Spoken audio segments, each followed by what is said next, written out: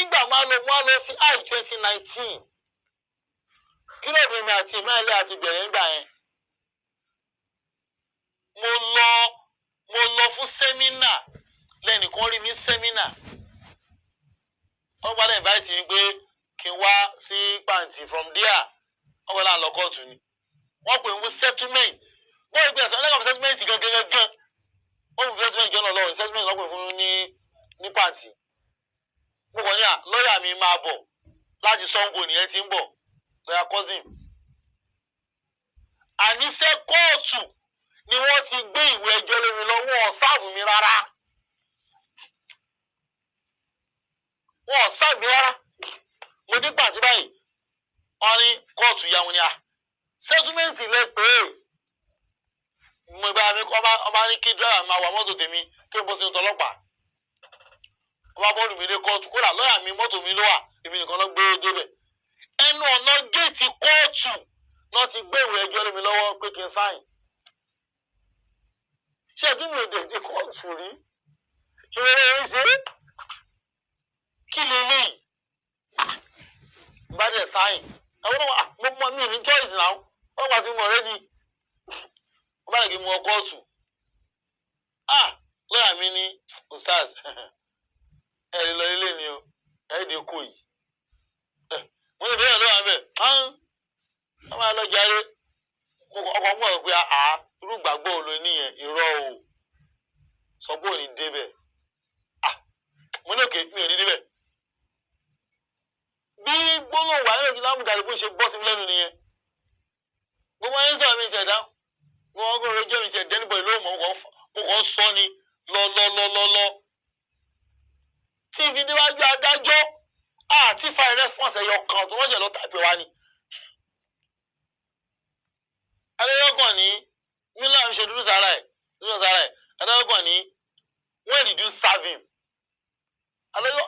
lọ́wọ́ mi ṣe fẹ́ sọ pé àṣẹ ọkọ̀ ní don't worry bí wọ́n tó fẹ́ sọ ọkọ̀ ní don't worry when did you serve him wọ́n ní my lord àdúgbò fẹ́ sá lọ ni ó ní ó fẹ́ sá lọ láti 3 months ago tẹ́ ẹ ti mú tẹgbà béèlì ẹ̀ tó máa yẹ sá lọ òkèrè kí n rán lẹ́wọ̀n lẹ́yìn àbí kọ́ọ̀tù kẹta ti máa ṣe yẹn ẹ lọ sáfẹ̀ properly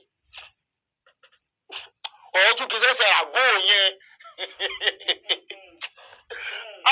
la ilaha illallah ayé níkà o ọ̀rọ̀ kì í sẹ́sẹ̀ àgó yẹn náà bí kì í ṣe kú kóòtù èmi nìkan mú mọ́ ẹ̀fẹ̀ tó kulẹ̀ wọ́n lọ mọ́kà yẹn dídé mi ti máa dé ni mo ní wàásí ní tirẹ̀ náà wàá dá wàásí yẹn rú ní tí mo ń lọ mo lè fẹ́ dídé ní o mo ní apology ní o mo wà lẹ́jì Yusuf àti Hasan tó bá sàlù lè tì mí ẹ̀ mo lè ní ọ́díò lọ́wọ́ ní play rí fún yín mo mi play full wọ́n rí pé fúlù mi ò fílẹ̀ fúlù yẹn máa lò lápìl ọ̀rọ̀ sọ́sọ́ pọ̀ ju èyí tí mo play ẹ lọ mo kàn yọ díẹ̀ nú ẹ̀ ni èyí díẹ̀ tí mo yẹ ló wà lọ́wọ́ tàwọn náà fúlù ẹ̀ wọ́n sì wà lọ́wọ́ mi fúlù ẹ̀ wà lọ́wọ́ mi. wọ́n lọ ní pé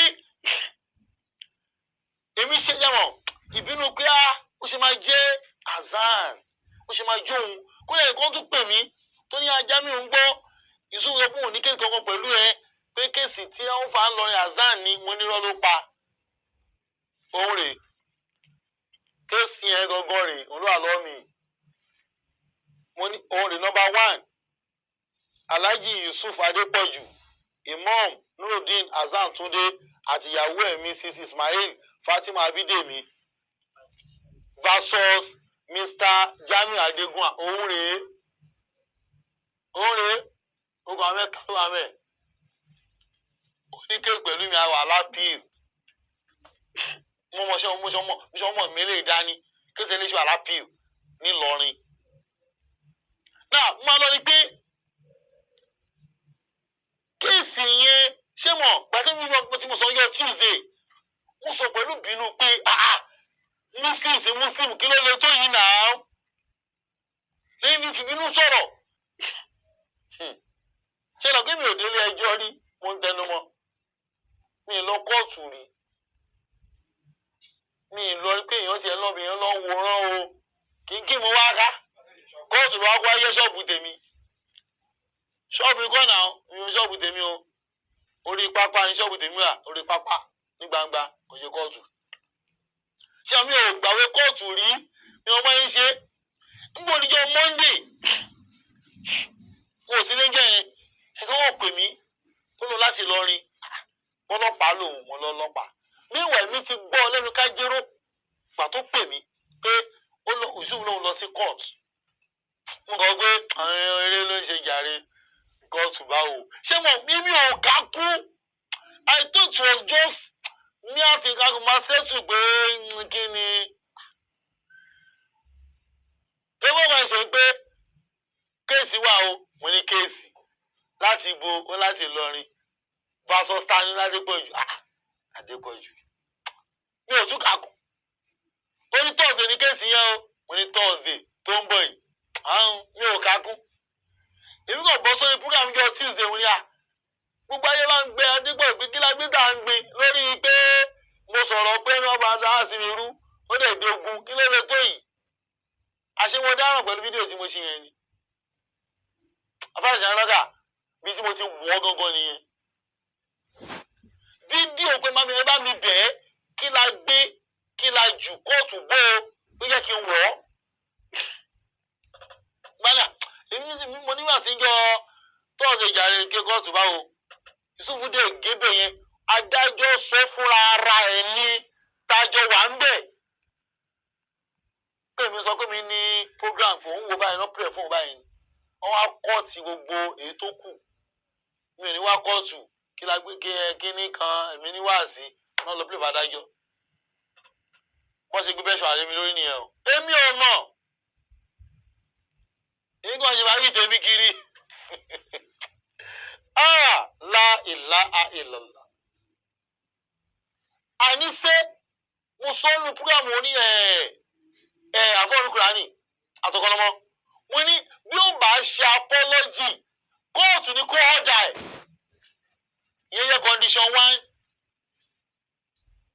tó bá lọ ṣe fídíò kan lẹ́yìn pẹ́rẹ́ ẹ̀wọ̀n rẹ̀ kí ló gbé ẹ̀wọ̀n rẹ̀ aṣáàbà kéèsì yẹn lọ́jọ́ náà lọ́hùn nígbà tó wá gbé mi pé lẹ́mọ sórí yẹn níwò lọ sí wá sí wo ni mo ṣe Thursday Friday wọ́n ṣe mọ́nítọ̀ mi láti àárọ̀ mo dé báyìí ìparun fi jáde mi tí wọ́n pè mí èlò tẹ́lẹ̀ jẹ̀ràn mi ti ẹ̀ ló tẹ́lẹ̀ ọ́fíìsì mò ń sùn níwò wọ́n kàn fipá já ilẹ̀kùn yẹn ni àwọn ọlọ́pàá tíbọ́tíbọ́ so they carry me go wọ́n gba ṣòkòtò ní dìbì ẹjọ́ lórí kí ni ná lórí pé wọ́n á da wá sí mi rú tí mo tún lẹ́fídẹ́ǹsì ẹ̀ lọ́wọ́ mi ìtorí ẹ̀ fa anything gbọ́ náà ṣálà mi tí mo dé kóòtù ńjọ́ yẹn ńjọ́ Tuesday adájọ́ ní ṣe máa ṣe mo ní mi ò ṣẹjọ́ gbogbo ẹjọ́ àkọ́kọ́ ló lè jẹ́rìí sí mo ní mi ò ṣẹjọ́ mo ní ojú tì ìbànújẹ́ ni fún mi dúró bì pé èmi àtàdépọ̀jù lájọ wá wà ní ẹjọ́ on what mi ò ṣẹjọ́ sà ẹ bá ń bílẹ̀ tó wá fi máa ṣe fún ẹni tí tó wá fi máa ṣe fún tí mo sọ ọmọ nìyẹn o àṣewọ́ tó dáràn ni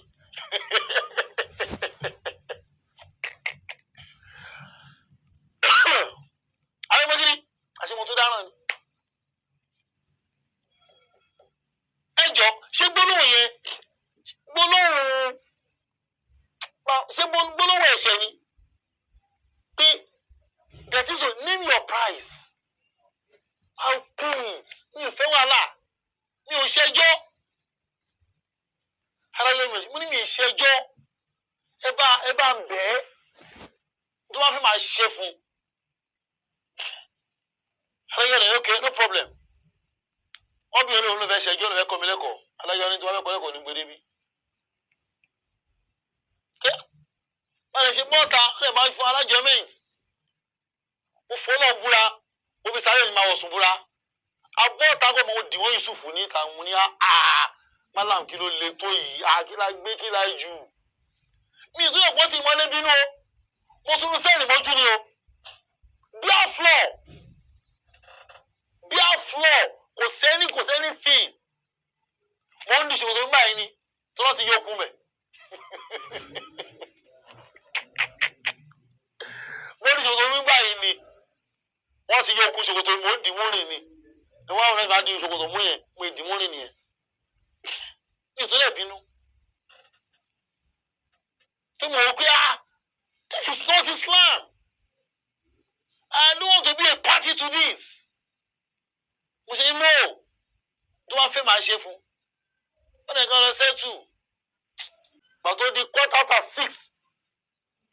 Professor Kakuri, Abdulrahman Kakuri, ọwọ́ meeting yẹn. Wọ́n sì di doctor ni wọ́n gbà yẹn. Àwọn nìkan mo dáwọn meeting yẹn.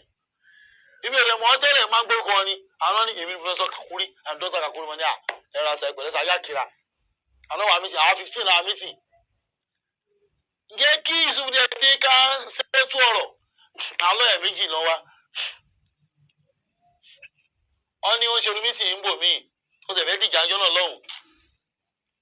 Bá a ṣe wá dé mọ ìdánkan ní terms of settlement àwọn rèé. Wọ́n ṣe nà sí mi nìyẹn gbága. Ẹjọ́ terms of settlement wọn. Ẹ bá wí first one wa mi ìyẹn ò nídìí kíkà rẹpẹtẹ. Ẹ gbé wọlé first one. On the terms and conditions for settlement out of court in the case of Alhaji Yusuf Adegboyu versus Mr. Bẹ́ẹ̀ máa lo Mr. Femi nìyẹn o. Wọ́n yẹn lè sáfẹ́ mi. Ẹ lọ gbogbo kéèsì máa pè mí sí Mr. ni. Kó àwọn ẹlẹ́wàjì fún mi wà. Mr. ni. Kò dẹ̀ ní mínì ṣé ni. Mr. Jamiu Adegunwa. Òun lẹ̀ ń wò yìí. Mi ní ká nítorí àmì yẹn ò ní mínì púpọ̀. Bá ń gbé page 2 gangan wá. Page 2 gangan ni ọ̀rọ̀ tí fẹ́ sọ wà. Page 2 bá mú page 2 wá.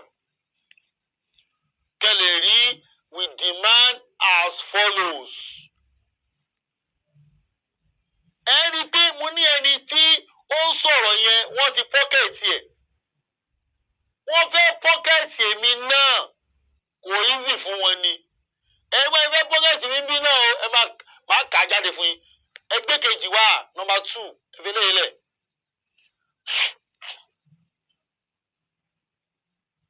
Eléyìí. Ẹ bá ń pẹ́ dúpẹ́ lọ́wọ́ kọ́ni. Ẹ wo we after 14 paragraph of ọ̀rọ̀. Ìgbà tó wá ní paragraph 15. Wọ́n ní we therefore need evidence for all these aforegoing allegation of Mr. Ono nìyẹn òun Mr. Ondana. Mr. Jamiu Adegunwa. And if he has no evidence to prove the same, ẹ máa gbọ́ o. Ẹ jẹ́ tún mẹ́ga fún yín. We need therefore evidence for all aforegoing allegation in your 14th one lókè of Mr. Jamiu Adegunwa. And if he has no evidence or proof, say, we demand as follows. Pé gbogbo táwọn sọ sókè yẹn o, tí ìbàlẹ̀ rí mú wa o, gbogbo ẹ̀pá tálẹ̀ rí ẹ̀ wá lẹ̀. Wọ́n mi ìfẹ́ ṣe case. Ṣé àgbàlá gbẹ́rì ti 2.9 yẹn ni? Ṣé ọ̀gbẹ́ pọ́ọ̀tù ẹ̀ jáde ni? Ṣé àgbọ̀ dì òní? Bọ́bí yìí nídìí ẹ̀. Now, wọ́n lọ ní pé wọ́n ní 1. Retraction of all allegations one by one. Ẹ máa gbọ́ o, kí retract allegation yẹn 1 by ẹgbọ́n wà pẹ̀lú retractor. Wọ́n tún fi bú mi. Mo á sọ reason behind my retraction. Ìyẹn ló yẹ kí gbogbo retractor yẹn stop. Mo sọ reason behind ti ìmọ̀ ẹlẹ́yà. Mo sọ reason behind everything. náà ìdákẹ́ retractor wọ́n á fi bú yìí ìyá ẹ̀ mọ́ tó ẹ̀ bá fa kínní yìí o àló ṣe mí rí ó ṣe mí rí ẹ máa gbọ́. Number 2, a letter on his personal letterhead. Ṣé mo letterhead di tèmi? Kọ́kọ́ yá àdúrà sí lórí, no problem. And another one on the letterhead of Risalatul Haq. Ẹgbẹ́ tún nìyẹn o, ẹgbẹ́ ẹran mi ṣe. Retracting all the 14 allegations. The letter must contain an undertaking not to ever abuse. Ẹ máa gbọ́ o. Ẹ máa gbọ́ o. Ṣẹ̀wé kéèsì láàrin ìrìnàjà ni ìgbà àti Adépọ̀jù àbí ẹ máa gbọ́ o. Ẹ máa gbọ́ pọ́kẹ́tì ẹ máa gbọ́ o. The letter must contain an undertaking not to ever abuse, insult, and or defame the personality of Malam Yusuf Adepoju, Academy, and our members, and the entire Muslims. Gbọ́ mi yé, àwọn olùjà fún Mùsùlùmí àgbáńlá ayé, and the entire Muslims. Again, either on social media or any indoor or public gathering lectures, the letter must be duly signed and stamped by Jamiu Adegua personally.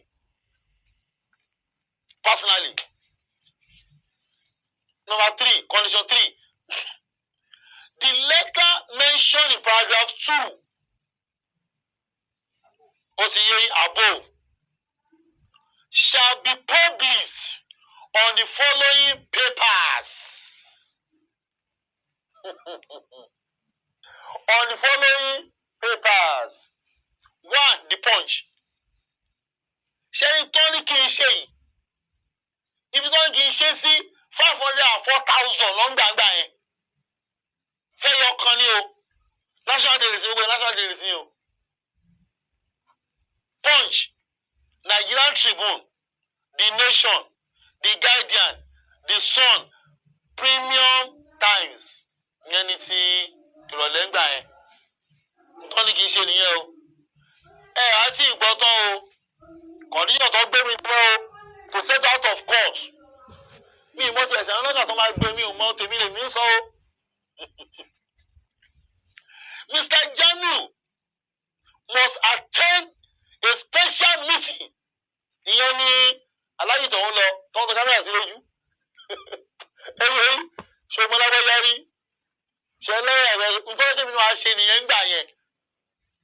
Ẹ máa gbọ́ o. Allah Akbar. Mr. Jamiu must attend a special meeting to be convened by the Academy and Malam Adepoju at a designated place in the southwest Nigeria, where Mr. Jamiu Adegua will publicly retract all these allegations one by one. Nítorí fún àfáà yín nìyẹn. Oyè yín náà ọ̀nà ìtọ́jú mi ló ń gbà náà nìyẹn o. Àsìkò ṣe tuntun. Gbèsè lẹ́tà náà ń lọ àgbo fóònù náà nìyẹn. Get ó nọ́mà náà. Iṣẹ́ sí wọn nìyẹn. Kó ṣe tuntun, ó ṣe mí rí ni. Now, ẹ máa gbọ́ o. Number 5. Ṣẹ́jọ́ èmi lè mi ò ṣẹ́jọ́. Pé kò máa settlement mi wá mi ìṣẹ́jọ́. Number 5. Mr. Jamiu Adegua number 6 yìí sìn number 5 4 nìyẹn. Mr. Jamiu Adegua must therefore after the proposed meeting return to his Facebook platform to publicly retract lẹ́gbẹ̀ẹ́ tí mo tún wọ́n ṣe o. Màá wá sọ̀rọ̀, màá tún wá bí màá tún ẹ̀sùn wá padà. Lẹ́yìn mo ṣe gbòòrò fún wọn ní o. Ṣé o tèmi wọ́n lè tún ju ti àfáà yẹn gan lọ? Ẹ máa gbọ́ o. 1. Mr. Jamiu Adegua must, after proposed meeting, return to his Facebook platform to publicly retract the allegation one by one. After which, ẹ máa gbọ́ o. After which, we post it on YouTube. Àwọn nìyẹn o. Okay, he posted on YouTube and Facebook with the following condition. Pé tó bá tún ṣe tán o níta tó fẹ́ lórí Facebook fídíò tó ṣe yẹn a tún fẹ́ gbà kan míì nínú ẹ̀ náà. Ẹ wá wo condition yẹn o. The video must not have copyright. That is to say, àwọn lè download ẹ̀ káwọn lò sí nǹkan míì bá a bá ṣe fẹ́ ní gbọ́dọ̀ report àwọn. And must be made to be accessible to Acadip for further broadcast on all social media platforms. Báwo lè lo bó ṣe wà wọ́n? Fídíò. Wọ́n lè miss anything mọ́ ń gbọ́dọ̀ sọ̀rọ̀. Number 3. B. It must be at least. It must be on the channel to the Ark and Mr. John Adegwa Facebook and YouTube channel for minimum of 6 months. No, delete it. What I'm there for 6 months, you need. C under 5. The visual of the video must be clear. Must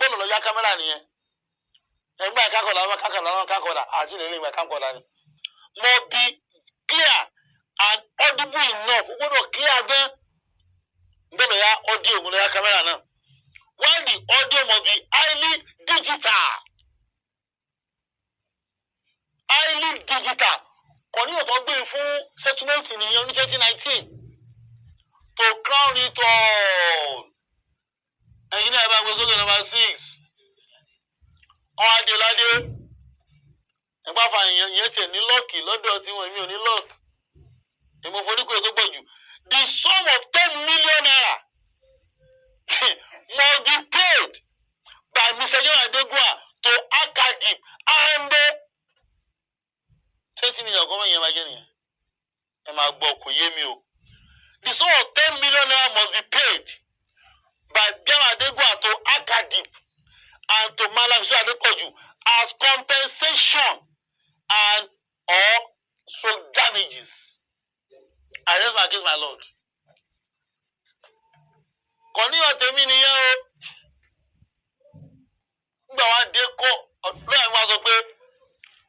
Ustaz. Kilo wele, ìyẹn lọ abelo, tó ìbelo. Kilo wele. Ẹ jẹ́ lọ ṣe case. I'm a win. Mo ń lawyer, wàláhì mi ṣe case. Kódà, lọ́yìn gbé bìnrin objection kan wọlé ní first day yẹn. Adájọ́ ní kí mo ní mi ò fẹ́. Ẹ dànù. Èyí mo ní kó dá ó ń dáná.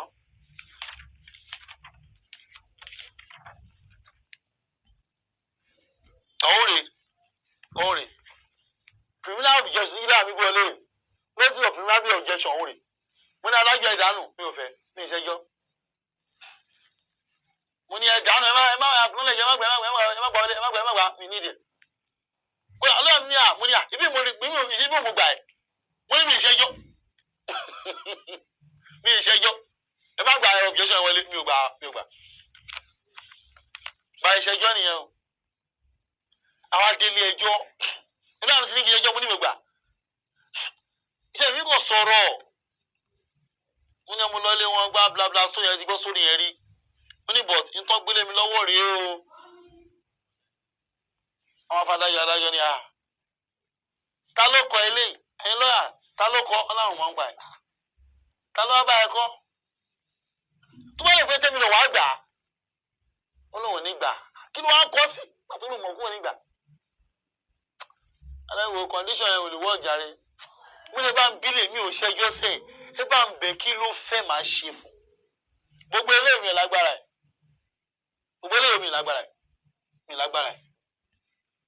Ó dẹ̀ ní òkè. Facebook mo ní mo lágbára Facebook mo lè ṣe YouTube. Tó bá fẹ́ kí n sọ ni máa sọ. Mo lè ṣe first one. Ó dẹ̀ ní ìyẹn ò dáa. Èyí tó ní kò dáa ló padà lo against mi. Dàárọ̀ yìí. Tó ní kò dáa yan tó kò fàdájọ́ aṣọ tí mo wọ̀ yán lọ́wọ́ rẹ̀. Mo rántí dáadáa aṣọ tí mo wọ̀ rẹ̀. Ó ní kò owó olówó fẹ́. Ó ní mo lọ sínú yàrá kan ní mi gbé sórí Facebook. Adájọ́ ní 13,000 èèyàn ló ti wò ó ní inú yàrá náà mo ṣe. Níjọ́ náà lọ́wọ́ nínú yàrá ní òun nídìí ẹ̀ kí lọ ṣe mí. wọ́n wá ṣẹ̀ wá kọ ní ti máa kà lé mi lọ. mo ti kà fún yín náà ìtúráṣọ músíkà kó náà mo ṣe pépà Punch gbé Pilot gbé Punch gbé Pilot gbé June 9 2020 ló gbé jọ́ lọ́lọ́hùn June 9 2020 ló gbé page 10 ló wà nù Punch yẹn page 10 ló wà nù Punch yẹn.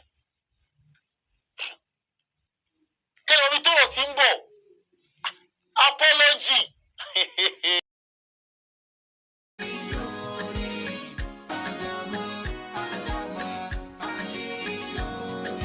Ọlọ́run dákun máa pa mò ń dèrò kíákíá nítorí